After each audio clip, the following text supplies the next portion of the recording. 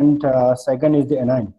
तो कैटाइन पे positive charge होती है, एनाइन पे नेगेटिव चार्ज होती है, और जब आप कैटाइन और एनाइन को कंबाइन करते हैं एक आयनिक सॉलिड बनाने के लिए या एक आयनिक मॉलिक्यूल बनाने के लिए, तो वो कैटाइन और एनाइन अपोजिट चार्ज होने की वजह से उनके बीच में एक इलेक्ट्रोस्टैटिक फोर्स ऑफ अट्रैक्शन होती है, और उसी इलेक्ट्रोस्टैटिक फोर्स ऑफ अट्रैक्शन की वजह से कैटाइन और एनाइन जो अपोजिट चार्जेड आयन्स हैं वो एक दूसरे के साथ जुड़े रहते हैं, और इस तरीके के इलेक्ट्रोस्टैटिक फोर्स ऑफ अट्रैक्शन को हम आयनिक बॉन्ड कहते हैं।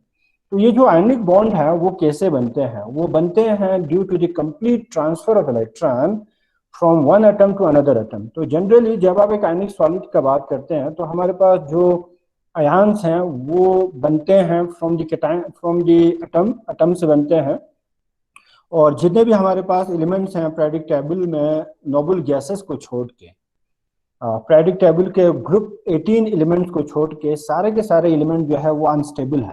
इसीलिए जितने भी एटम्स हैं वो अपने आप को स्टेबल करने के लिए या तो वो इलेक्ट्रॉन लॉस करते हैं या तो वो इलेक्ट्रॉन गेन करते हैं in order to achieve the stable electronic configuration. कल भी हमने डिस्कस की कि जो नोबल गैसेस हैं या नोबल जो एलिमेंट्स हैं उनकी जो इलेक्ट्रॉनिक कन्फिगरेशन है वो स्टेबल होता है, क्योंकि जितने भी ऑर्बिटल्स हैं, जितने भी शेल्स हैं, वो सारे के सारे कंप्लीटली फिल्ड होती है। तो बाकी जो एलिमेंट्स हैं जो नोबल गैस नहीं है वो एलिमेंट अपनी इलेक्ट्रॉनिक कन्फिगरेशन जो है स्टेबल करने की कोशिश करते हैं, अपनी इलेक्ट्रॉनिक कन्फिगरेशन स्टेबल करते हैं। कैसे वो स्टेबल करते हैं? या तो वो इलेक्ट्रॉन लॉस करके स्टेबल करते हैं या तो वो इलेक्ट्रॉन गेन करके स्टेबल करते हैं। तो जब भी आपका एटम इलेक्ट्रॉन लॉस करता है तो उस वजह से आपका एटम जो है वो चेंज होके कैटायन में तब्दील होती है, जिसे हम कैटायन आयन्स कहते हैं। और वो वाली एलिमेंट्स या वो वाले एटम जो अपनी इलेक्ट्रॉनिक कन्फिगरेशन स्टेबल करते हैं बाय गेनिंग द इलेक्ट्रॉन को लेके, तो उस वजह से आपका एटम जो है वो चेंज होती है इनटू नेगेटिव आयन्स, जिसे हम एनायंस कहते हैं। तो जब भी आपके पास कैटायंस और एनायंस हो, तो जब आप उनको एक दूसरे के नजदीक लाते हैं तो नेचुरली पॉजिटिव चार्ज और नेगेटिव चार्ज एक दूसरे के साथ अट्रैक्ट करेंगे, और उस वजह से ये दोनों आयन्स एक दूसरे के साथ जुड़े रहेंगे, और इसी अट्रैक्शन को, इसी फोर्स ऑफ अट्रैक्शन को हम नाम देते हैं आयनिक बॉन्ड। तो जो आयनिक बॉन्ड है वो कैसे बनते हैं? वो बनते हैं दो एटम के बीच में। तब कब बनते हैं? जब एक एटम इलेक्ट्रॉन लॉस करता है और वही इलेक्ट्रॉन दूसरे एटम गेन करते हैं, वो ले लेते हैं, ताकि उनकी जो इलेक्ट्रॉनिक कन्फिगरेशन जो है वो नोबल गैस इलेक्ट्रॉनिक कन्फिगरेशन की तरह बने, और इस वजह से उनमें एक इलेक्ट्रोस्टैटिक अट्रैक्शन बनते हैं, और इस तरीके के इलेक्ट्रोस्टैटिक फोर्स ऑफ अट्रैक्शन को हम आयनिक बॉन्ड कहते हैं। तो फॉर एग्जांपल आयनिक बॉन्ड को एक्सप्लेन करने के लिए मैं ले रहा हूँ सोडियम क्लोराइड, जिसे हम कॉमन साल्ट भी कहते हैं। तो सोडियम क्लोराइड में आयनिक बॉन्ड होती है, और इस सोडियम क्लोराइड में जो सोडियम और क्लोरीन है वो एक दूसरे के साथ आयनिक बॉन्ड की वजह से जुड़े रहते हैं। तो आयनिक बॉन्ड कैसे बनते हैं सोडियम क्लोराइड में? सोडियम का जब आप इलेक्ट्रॉनिक कन्फिगरेशन देखेंगे तो इसके आउटर मोस्ट शेल में एक इलेक्ट्रॉन है, तो वो एक इलेक्ट्रॉन लॉस करते हैं, और जो ही सोडियम एटम एक इलेक्ट्रॉन लॉस करते हैं तो सोडियम कैटायन बनेंगे। ओके, और दूसरा हमारे पास क्लोरीन होता है। तो क्लोरीन, जो सोडियम ने इलेक्ट्रॉन लॉस की, वो इलेक्ट्रॉन क्लोरीन ले लेते हैं, गेन करते हैं, और उस वजह से क्लोरीन पे इलेक्ट्रॉन्स की डेंसिटी ज्यादा हुआ, इलेक्ट्रॉन ज्यादा नंबर में आ गए, तो उस वजह से क्लोरीन एटम जो है वो चेंज होकर आयन्स में तब्दील होती है, Cl नेगेटिव आयन्स में तब्दील होती है, जिसे हम एनायंस कहते हैं। तो जब भी आपको एक कैटायन और एनायन बनी, सोडियम पॉजिटिव चार्ज बना, क्लोरीन नेगेटिव चार्ज बना, तब ये सोडियम पॉजिटिव और क्लोरीन नेगेटिव एक दूसरे के साथ क्लोज में लाने से इनके बीच में अट्रैक्टिव फोर्स बनेंगे, पॉजिटिव और नेगेटिव एक दूसरे के साथ अट्रैक्ट करेंगे, जिसकी वजह से आपके सोडियम और क्लोरीन एक दूसरे के साथ जुड़े रहेंगे, और हमारे पास एक सॉलिड बनते हैं, हमारे पास एक मॉलिक्यूल बनते हैं, जिसे हम सोडियम क्लोराइड कहते हैं। तो जितने भी हमारे पास आयनिक मॉलिक्यूल हैं या आयनिक सॉलिड हैं, उन आयनिक सॉलिड में हमारे पास एक फोर्स होता है, अट्रैक्टिव फोर्स होती है, जिसकी वजह से उस मॉलिक्यूल या उस सॉलिड में जो कॉन्स्टिट्यूएंट पार्टिकल्स हैं, जैसे सोडियम और क्लोरीन है, in the case of sodium chloride, वो एक दूसरे के साथ जुड़े रहते हैं। ओके, तो फॉर एग्जांपल हमारे पास है ये वाली sodium, this is the sodium atom, और सोडियम एटम के आउटर मोस्ट शेल में 3s में हमारे पास एक इलेक्ट्रॉन है, ये वाला एक इलेक्ट्रॉन। अगर ये इलेक्ट्रॉन लॉस करें तो बाकी जो रिमेनिंग कन्फिगरेशन रहेंगे वो नोबल गैस का कन्फिग्रेशन रहेंगे, नियॉन का कन्फिग्रेशन रहेंगे, और नियॉन जो है वो स्टेबल होता है, समझ रहे हैं। तो सोडियम के आउटरमोस्ट शेल में जो एक इलेक्ट्रॉन है वो लॉस करते हैं, और वही इलेक्ट्रॉन आपके क्लोरीन जो है आउटरमोस्ट शेल में एक्सेप्ट करते हैं। उस वजह से क्या होगा, सोडियम पे पॉजिटिव चार्ज बनेंगे, और यहाँ देख ले सोडियम पे पॉजिटिव चार्ज एक्वायर हो गए और क्लोरीन पे नेगेटिव चार्ज आ गए। फिर इसके बाद ये पॉजिटिव और ये क्लोरीन जो सोडियम और क्लोरीन है वो एक दूसरे के साथ कंबाइन होती है, एक दूसरे के नजदीक आने से इनके बीच में एक फोर्स ऑफ अट्रैक्शन डेवलप होती है, और इसी फोर्स ऑफ अट्रैक्शन को हम आयनिक बॉन्ड कहते हैं। और इसी आयनिक बॉन्ड की वजह से हमें सोडियम क्लोराइड ऐसे आयनिक सॉलिड बनते हैं, ठीक है। तो ये फर्दर और एक एग्जांपल है, जब भी आपके पास दो एटम है और वो दो एटम एक दूसरे के नजदीक लाने से क्या होगा, एक एटम एक इलेक्ट्रॉन को लॉस करेंगे, दूसरा एटम उस इलेक्ट्रॉन को गेन करेंगे। उस वजह से एक एटम पे पॉजिटिव चार्ज डेवलप होगा, दूसरे पे नेगेटिव चार्ज डेवलप होगा। तो यही पॉजिटिव और नेगेटिव चार्ज फिर एक दूसरे को अट्रैक्ट करते हैं, और उस वजह से ये दोनों एक दूसरे के साथ जुड़े रहते हैं, ठीक है।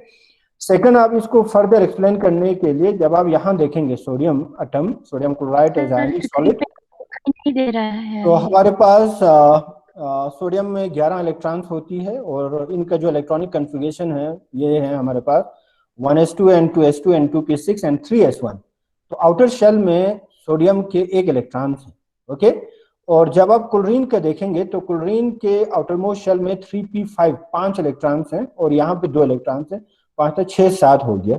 अब ऑक्टेट कंप्लीट करने के लिए, या ये जो 3p ऑर्बिटल्स हैं उसको कंप्लीटली फिल करने के लिए आपको और एक इलेक्ट्रॉन चाहिए 2p6, क्योंकि p ऑर्बिटल में 6 इलेक्ट्रॉन मैक्सिमम रह सकता है, ओके।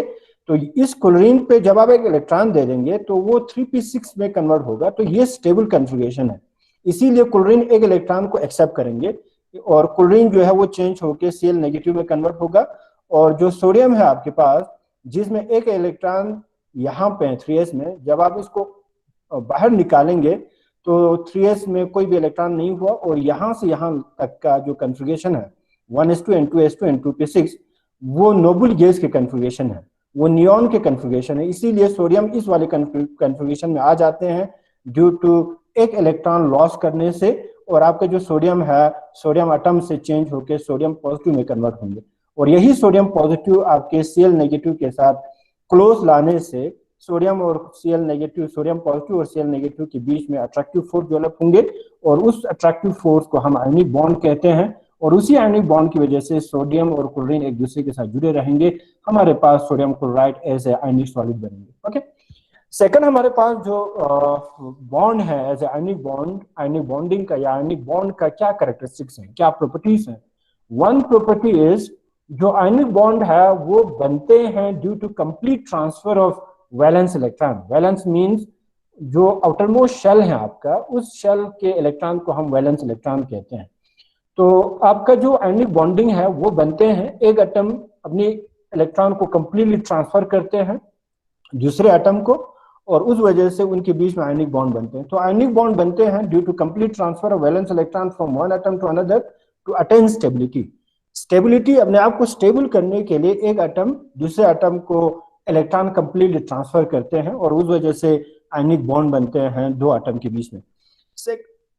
सेकंड जो प्रॉपर्टी हमारे पास, जो आयनिक बॉन्ड है वो तब बनेंगे जब आपके पास अपोजिटली चार्जिड आयन्स हो। तो आयनिक बॉन्डिंग बनने के दौरान आपके पास दो तरीके के आयन्स बनेंगे, वन इज कैटायन बनेंगे, दूसरा हमारे पास एनायन बनेंगे।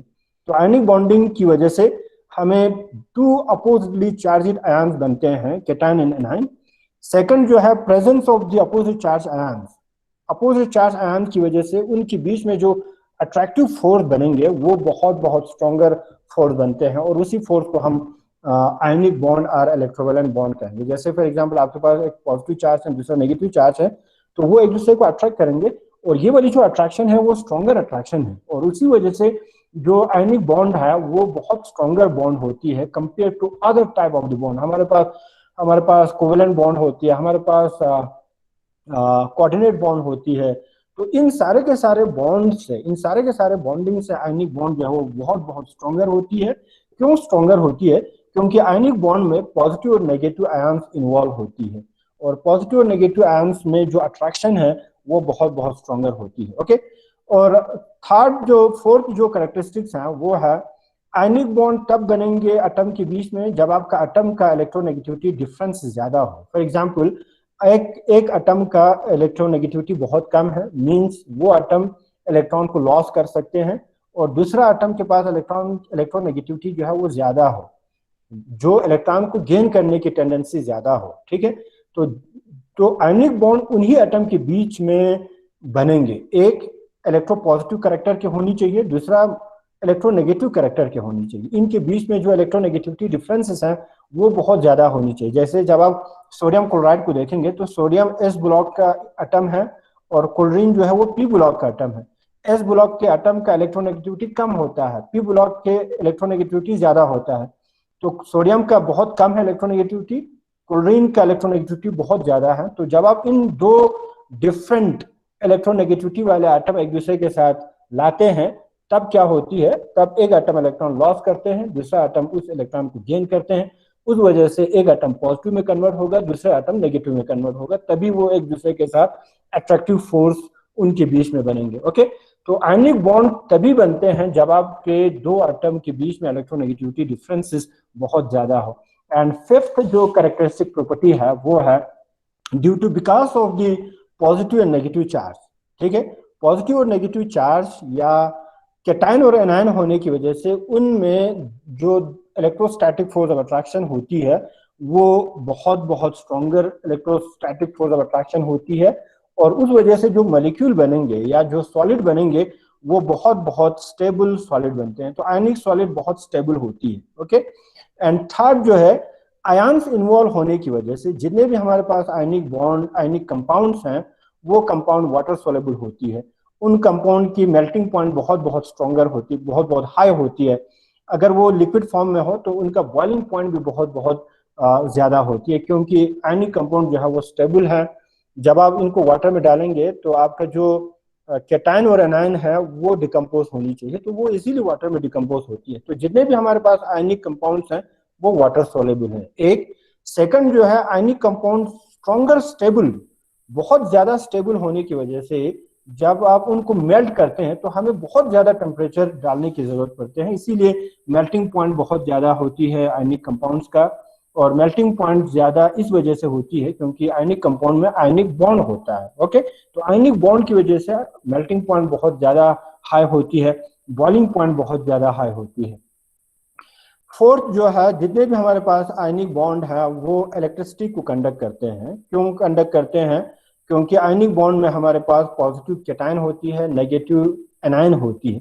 तो जब भी आपके पास पॉजिटिव और नेगेटिव आयन्स हो तो वो उससे उस तरीके के सॉलिड से इजीली इलेक्ट्रिसिटी जो है वो पास होती है, क्योंकि कैटायन और एनायन जो है वो चार्ज कैरियर है। कैटायन और एनायन जो है वो मूवमेंट करते हैं, और उसी movement of positive and negative ions की वजह से आपका जो आयनिक कंपाउंड है वो सारे के सारे in the molten state, in the liquid state या इन द सॉल्यूशन फॉर्म में वो इलेक्ट्रिसिटी को कंडक्ट करते हैं। जैसे जब आप सोडियम क्लोराइड को वाटर में डालेंगे फिर उससे जब आप इलेक्ट्रिसिटी पास करेंगे तो बहुत ज्यादा इलेक्ट्रिसिटी पास होती है। तो आयनिक कंपाउंड का जो प्रॉपर्टी है एक वो है इलेक्ट्रिसिटी को कंडक्ट करते हैं, और वही इलेक्ट्रिसिटी कंडक्ट आ जाते हैं due to because of the presence of the ions, और वो आयंस जो है बनते हैं due to the ionic bonding. Okay, examination point of view important is lattice energy. Lattice energy को हम कैसे डिफाइन करते हैं? Lattice energy is the amount of energy when a gaseous cation and anion come close to each other to form a 1 mole of ionic solid. Okay, जब एक cation और anion को जब आप एक डिस्टेंस से एक इनडिफिनिट डिस्टेंस से क्लोज लाते हैं, तो एक ऐसा डिस्टेंस पहुंचेंगे जिस डिस्टेंस पे आपके कैटायन और एनायन एक दूसरे के साथ अट्रैक्ट करेंगे। ओके, और उस अट्रैक्शन की वजह से आयनिक बॉन्ड बनेंगे, उस अट्रैक्शन को हम आयनिक बॉन्ड कहते हैं, और उसी आयनिक बॉन्ड की वजह से कैटायन और एनायन एक दूसरे के साथ जुड़े रखते हैं और हमारे पास एक आयनिक सॉलिड बनते हैं। और उसी आयनिक सॉलिड बनने के दौरान कुछ अमाउंट ऑफ एनर्जी रिलीज होती है, और उसी अमाउंट ऑफ एनर्जी को हम नाम देते हैं लेटिस एनर्जी। फॉर एग्जाम्पल, हमारे पास है सोडियम कैटायन और क्लोरीन, इन दोनों को हम एक दूसरे के नजदीक ला रहे हैं, तो सोडियम पॉजिटिव और Cl नेगेटिव के बीच में आयनिक बॉन्ड बनेंगे और हमारे पास sodium chloride as ionic solid बनेंगे।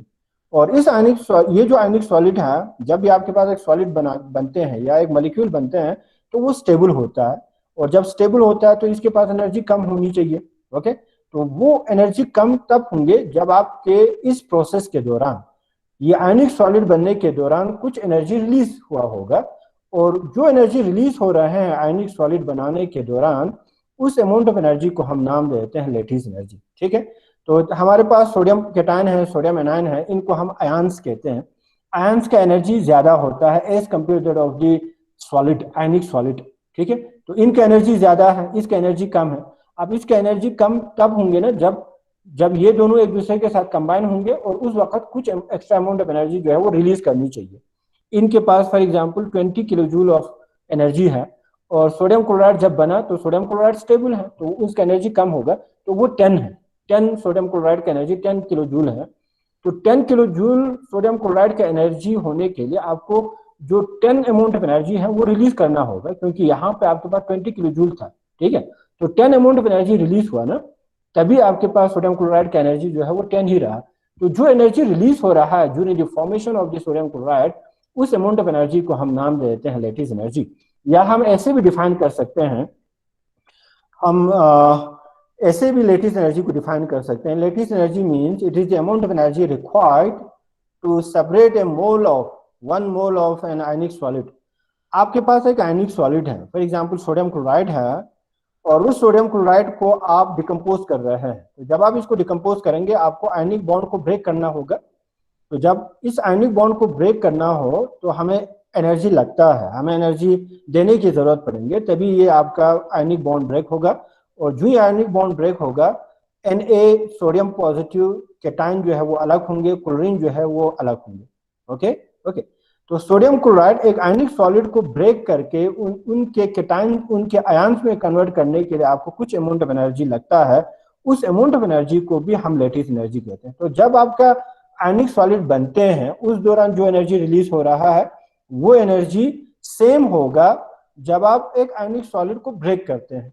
तो हम इन दोनों डिफिनेशन के थ्रू लेटिस एनर्जी को डिफाइन कर सकते हैं। या आप आयनिक सॉलिड को ब्रेक कर रहे हैं, उस वक्त जो अमाउंट ऑफ एनर्जी आपको जरूरत पड़ता है उस एनर्जी को हम लेटिस एनर्जी कहते हैं। या एक केटायन और एनायन जो है वो कंबाइन करते हैं एक आयनिक सॉलिड बनाने के लिए, तो एक आयनिक सॉलिड बनाने के दौरान एनर्जी रिलीज होता है, आयनिक सॉलिड बनने के दौरान एनर्जी रिलीज होता है, आयनिक सॉलिड ब्रेक करने के लिए आपको एनर्जी चाहिए, तो वो एनर्जी दोनों सेम होता है। इसीलिए इन दोनों अमाउंट ऑफ एनर्जी को हम नाम दे सकते हैं लेटिस एनर्जी। इन दोनों अमाउंट ऑफ एनर्जी को हम लेटिस एनर्जी कहते हैं।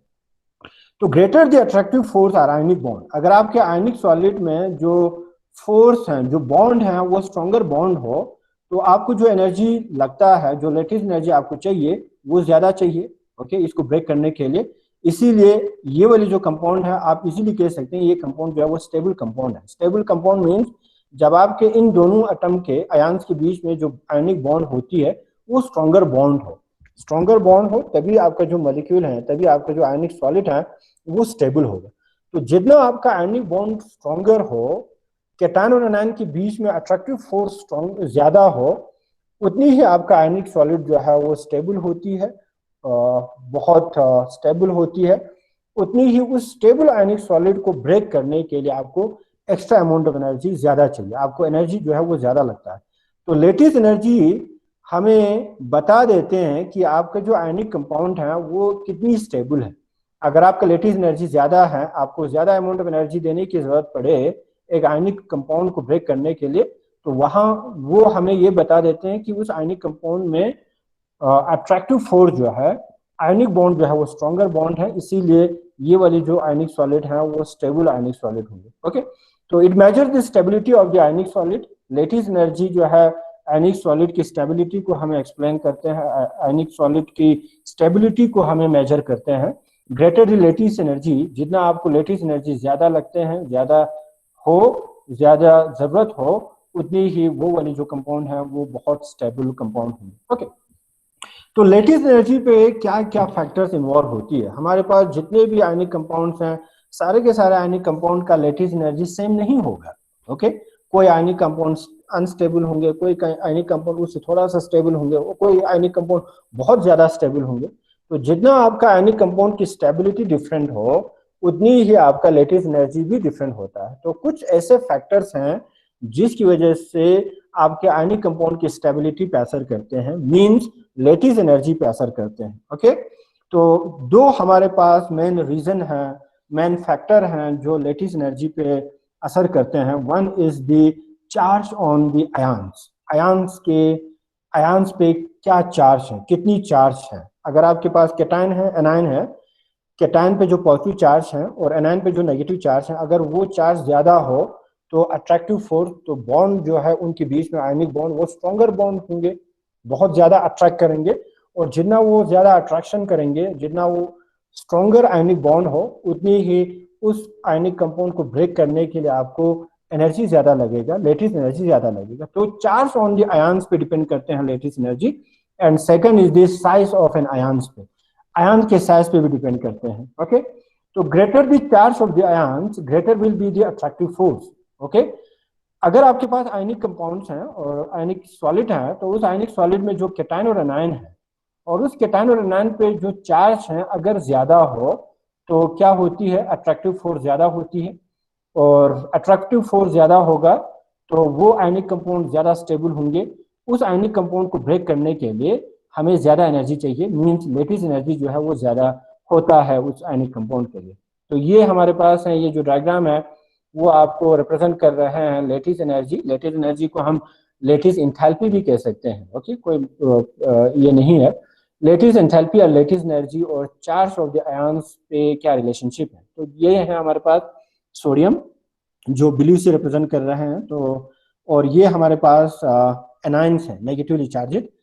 सोडियम पॉजिटिव चार्ज होती है, एनाइन जो है वो नेगेटिव चार्ज होती है। तो Cl नेगेटिव है हमारे पास, Br नेगेटिव है हमारे पास, I नेगेटिव है। तो Cl नेगेटिव का साइज कम होती है, Br नेगेटिव का साइज उससे ज्यादा होती है, आयोडीन का साइज, I नेगेटिव का साइज उससे भी ज्यादा होती है, क्योंकि इनका एटॉमिक नंबर जो है वो ज्यादा होती है, वो ज्यादा शल पे इलेक्ट्रॉन्स होती है। ओके, तो ये जो क्लोरीन है, ब्रोमीन है, आयोडीन है, उस पे एक एक चार्ज है, सभी पे एक एक चार्ज है। तो चार्ज सेम है, लेकिन साइज ज्यादा होने की वजह से साइज डिफरेंट है, और साइज ज्यादा होने की वजह से उस आयन पे, उस एनाइन पे नेगेटिव की जो इफेक्ट है वो ज्यादा नहीं होंगे। आप यूं कह सकते हैं Cl नेगेटिव का साइज कम होने की वजह से जो नेगेटिव चार्ज के जो इफेक्ट है वो ज्यादा होती है। ब्रोमीन का साइज थोड़ा सा ज्यादा है क्लोरीन से, और उस वजह से नेगेटिव चार्ज का इफेक्ट क्लोरीन से थोड़ा सा कम होगा। और जब आप आयोडीन की तरफ चले जाएंगे तो आयोडीन का साइज ज्यादा होने की वजह से जो चार्ज हैं वो चार्ज बहुत ज्यादा डाइवर्स होंगे, बहुत ज्यादा डिस्पर्स होंगे। उस वजह से नेगेटिव आयंस के जो चार्ज हैं वो इतनी ज्यादा नहीं होती है। तो आप यूं कह सकते हैं जो चार्ज है आपका वो आयोडीन से क्लोरीन की तरफ जब आप चले जाते हैं तो नेगेटिव चार्ज के जो इफेक्ट है वो इंक्रीज हो जाती है। नेगेटिव चार्ज का इफेक्ट इंक्रीज होगा तो ये नेगेटिव आयंस और सोडियम एज ए कैटायन, इनके बीच में अट्रैक्टिव फोर्स ज्यादा होगा, क्योंकि क्लोरीन पे नेगेटिव की चार्ज का इफेक्ट ज्यादा है। तो क्लोरीन और सोडियम बहुत ज्यादा अट्रैक्ट करेंगे, उनके बीच में जो अट्रैक्टिव फोर्स है वो ज्यादा होंगे, आयनिक बॉन्ड ज्यादा होंगे as compare to sodium bromide. और सोडियम ब्रोमाइड का जो अट्रैक्टिव फोर्स है वो थोड़ा सा ज्यादा होंगे as compare to sodium iodide ionic solid का। तो sodium iodide ionic solid, sodium iodide ionic solid के बीच में जो आयनिक फोर्स बनते हैं, जो अट्रैक्टिव फोर्स बनते हैं आयनिक बॉन्ड, वो बहुत वीक हैं। और इस वीक वाले फोर्स को ब्रेक करने के लिए आपको एनर्जी कम लगेगा। तो सोडियम क्लोराइड को ब्रेक करने के लिए आपको लेटेस्ट एनर्जी की वैल्यू ज्यादा होती है, 787 अमाउंट ऑफ एनर्जी आपको लगेगा ब्रेक करने के लिए। सोडियम ब्रोमाइड आयनिक सॉलिड थोड़ी सी अनस्टेबल है, क्योंकि अट्रैक्टिव फोर्स उतनी ज्यादा नहीं है, इसीलिए इसको ब्रेक करने के लिए आपको थोड़ा सा कम लेटिस एनर्जी की जरूरत पड़ेंगे, इसीलिए -7751 kilo joule amount of energy ही जरूरत पड़ रहे हैं। और यहाँ पे जब आप देखेंगे सोडियम आयोडाइड का, तो उनके बीच में जो अट्रैक्टिव फोर्स है वो बहुत बहुत कम होती है, बहुत अनस्टेबल है। इसीलिए अनस्टेबल आयनिक सॉलिड को ब्रेक करने के लिए आपको थोड़ी सी कम ही एनर्जी लगता है। इसीलिए इस वाले आयनिक सॉलिड के लिए जो लेटिस एनर्जी चाहिए वो 725 अमाउंट ऑफ एनर्जी लगता है। ओके, तो जब आप यहाँ देखेंगे sodium chloride, sodium bromide, calcium fluoride and magnesium iodide, these are the some ionic compound, sodium chloride में जो सोडियम और क्लोरीन है उस पे एक एक चार्ज है, एक पॉजिटिव चार्ज है सोडियम पे, क्लोरीन पे एक नेगेटिव चार्ज है। और जब आप सोडियम ब्रोमाइड में देखेंगे तो यहाँ पे भी एक पॉजिटिव एक नेगेटिव चार्ज है, लेकिन ब्रोमाइड का साइज ज्यादा है, इसीलिए उस एक नेगेटिव चार्ज का असर कम होगा। इसीलिए सोडियम ब्रोमाइड के बीच में जो अट्रैक्टिव फोर्स है, जो आयनिक बॉन्ड है, वो थोड़ी सी वीकर होंगे as compare to sodium chloride. इसीलिए सोडियम क्लोराइड जो है वो स्ट्रॉन्गर, वो स्टेबल सॉलिड है, और उस स्टेबल सॉलिड को ब्रेक करने के लिए आपको इतनी ट्रिमेंडस अमाउंट ऑफ एनर्जी की जरूरत पड़ते हैं। ओके, सोडियम ब्रोमाइड का थोड़ा सा कम लग रहा है। जब आप कैल्शियम फ्लोराइड को देखेंगे तो कैल्शियम फ्लोराइड में कैल्शियम पे 2 पॉजिटिव चार्ज होती है और फ्लोराइड पे एक नेगेटिव चार्ज होती है। तो कैटायन पे पॉजिटिव चार्ज इंक्रीज हुआ, तो जितना आपके आयंस पे पॉजिटिव चार्ज इंक्रीज होंगे उतनी ही वो ज्यादा अट्रैक्ट करेंगे। एक पे पॉजिटिव चार्ज +2 है, दूसरे पे नेगेटिव चार्ज भी ज्यादा है, तो जितना पॉजिटिव नेगेटिव चार्ज ज्यादा होंगे ना उतनी ही वो एक दूसरे को ज्यादा अट्रैक्ट करेंगे। तो कैल्शियम फ्लोराइड में प्लस पॉजिटिव चार्ज, कैल्शियम पे प्लस पॉजिटिव चार्ज होने की वजह से बहुत ज्यादा अट्रैक्ट करते हैं कैल्शियम और कैल्शियम फ्लोराइड को। इनके बीच में जो अट्रैक्टिव फोर्स है, जो आयनिक बॉन्ड है, वो बहुत स्ट्रॉन्गर होती है। इसीलिए इस आयनिक कंपाउंड को ब्रेक करने के लिए आपको ट्रिमेंडस अमाउंट ऑफ एनर्जी लगता है। 34.7 kilo joule per mole amount of energy लग रहा है। और जब आप मैग्नीशियम ऑक्साइड को देखेंगे ना तो मैग्नीशियम पे भी +2 है, ऑक्सीजन पे भी -2 है। तो कैटायन पे भी पॉजिटिव चार्ज इंक्रीज हुआ, एनायन पे भी पॉजिटिव चार्ज इंक्रीज हुआ। तो मैग्नीशियम और ऑक्साइड के बीच में जो अट्रैक्टिव फोर्स होंगे वो बहुत बहुत स्ट्रॉन्गर होंगे। आयनिक बॉन्ड मैग्नीशियम ऑक्साइड का बहुत स्ट्रॉन्गर है, इसीलिए मैग्नीशियम ऑक्साइड को ब्रेक करने के लिए आपको इतनी अमाउंट ऑफ एनर्जी लग रहा है। या आप यूं कह सकते हैं मैग्नीशियम पॉजिटिव आयंस और ऑक्सीजन नेगेटिव आयंस जब एक दूसरे के नजदीक लाते हैं मैग्नीशियम ऑक्साइड कंपाउंड बनाने के दौरान, और उस वक्त हमें बहुत ज्यादा अमाउंट ऑफ एनर्जी रिलीज हो रहा है। तो इतनी 3760 amount of energy get released during the formation of the magnesium oxide due to because of the fact that magnesium और ऑक्सीजन में हमारे पास जो चार्ज है वो इंक्रीज हो रहा है। उसी वजह से अट्रैक्टिव फोर्स भी इंक्रीज होंगे, आयनिक बॉन्ड भी आयनिक बॉन्ड जो है वो स्ट्रॉन्गर होंगे, और जो कंपाउंड बनेंगे हमारे पास बहुत बहुत स्टेबल कंपाउंड बनेंगे। ओके, सेकंड जो फैक्टर है लेटिस एनर्जी पे वो है साइज ऑफ द आयंस पे। आयंस के साइज पे भी डिपेंड करते हैं lattice energy. With decrease in size of the cation and increase in size of anion increase the lattice energy. जब आप कैटायन के साइज को कम करते हैं और एनायन के साइज को इंक्रीज करते हैं तो उन कैटायन और एनायन के बीच में जो अट्रैक्टिव फोर्स डेवलप होती है वो बहुत स्ट्रॉन्गर अट्रैक्टिव फोर्स डेवलप होती है। आयनिक बॉन्ड बहुत स्ट्रॉन्गर होती है, और उस वजह से जो आयनिक कंपाउंड बनेंगे वो बहुत बहुत स्टेबल कंपाउंड बनते हैं। इसीलिए उस आयनिक कंपाउंड को ब्रेक करने के लिए आपको बहुत ज्यादा ट्रिमेंडस अमाउंट ऑफ एनर्जी चाहिए, मींस लेटिस एनर्जी जो है वो बहुत ज्यादा होती है। ओके, तो हमारे पास ये है जैसे सोडियम है chloride, sodium and bromide and sodium and iodide. नीचे जब आप चले जाएंगे तो साइज क्या होते जा रहा है, इंक्रीज होते जा रहा है। तो जो ही साइज इंक्रीज होंगे एनाइन का, increase in size of anion, A9 के साइज इंक्रीज हो जाती है, तो उस वजह से क्या होती है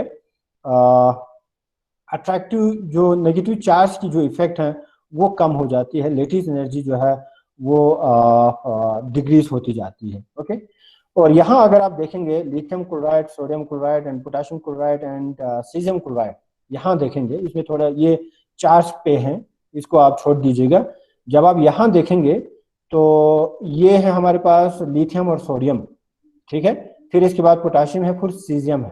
तो जब आप नीचे से ऊपर से नीचे की तरफ चले जाते हैं तो कैटायन का साइज क्या होते जा रहा है, साइज इंक्रीज होते जा रहा है। लिथियम का कम है, सोडियम का उससे ज्यादा है, पोटेशियम का उससे ज्यादा है, सीजियम का उससे भी ज्यादा है।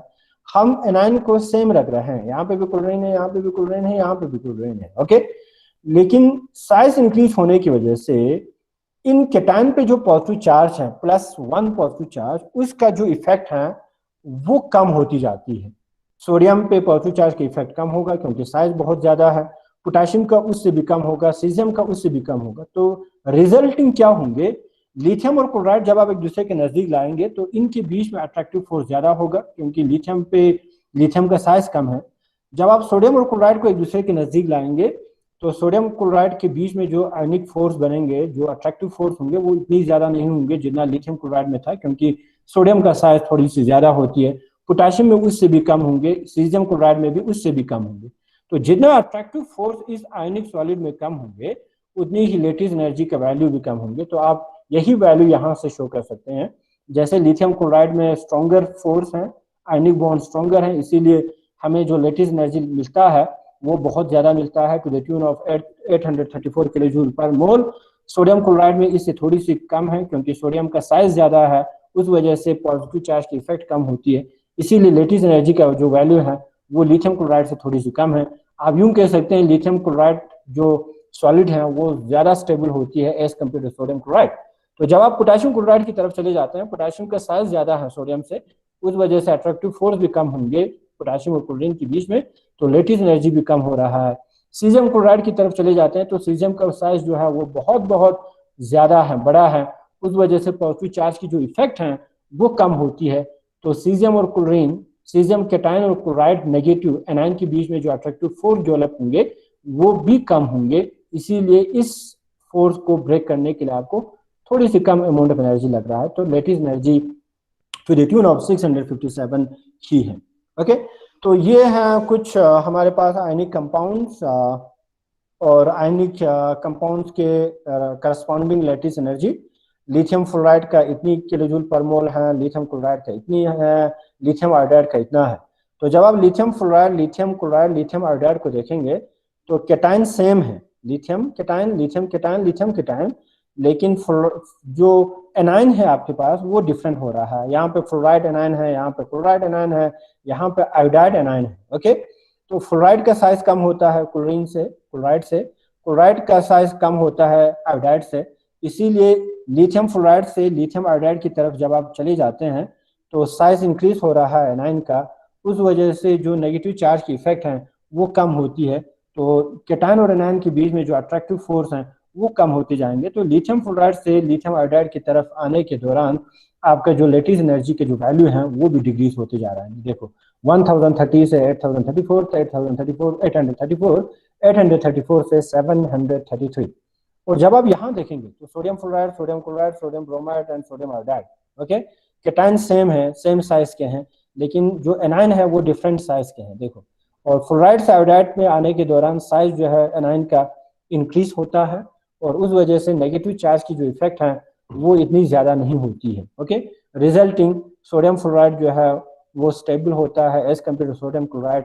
सोडियम क्लोराइड उससे ज्यादा स्टेबल होती है सोडियम ब्रोमाइड से, सोडियम ब्रोमाइड स्टेबल होती है सोडियम आयोडाइड से, और रिजल्टिंग इनका जो लेटिस एनर्जी है वो भी डिक्रीज होते जा रहा है। सोडियम आयोडाइड का लेटिस एनर्जी कम है, सोडियम आयोडाइड अनस्टेबल है, सोडियम आयोडाइड इतनी ज्यादा स्टेबल आयनिक कंपाउंड नहीं है। ओके, जब आप पोटेशियम फ्लोराइड, पोटेशियम क्लोराइड और पोटेशियम ब्रोमाइड को देखेंगे तो फिर से कैटायन सेम है, पोटेशियम पोटेशियम है, लेकिन फ्लोराइड जो एनायन है वो डिफरेंट है।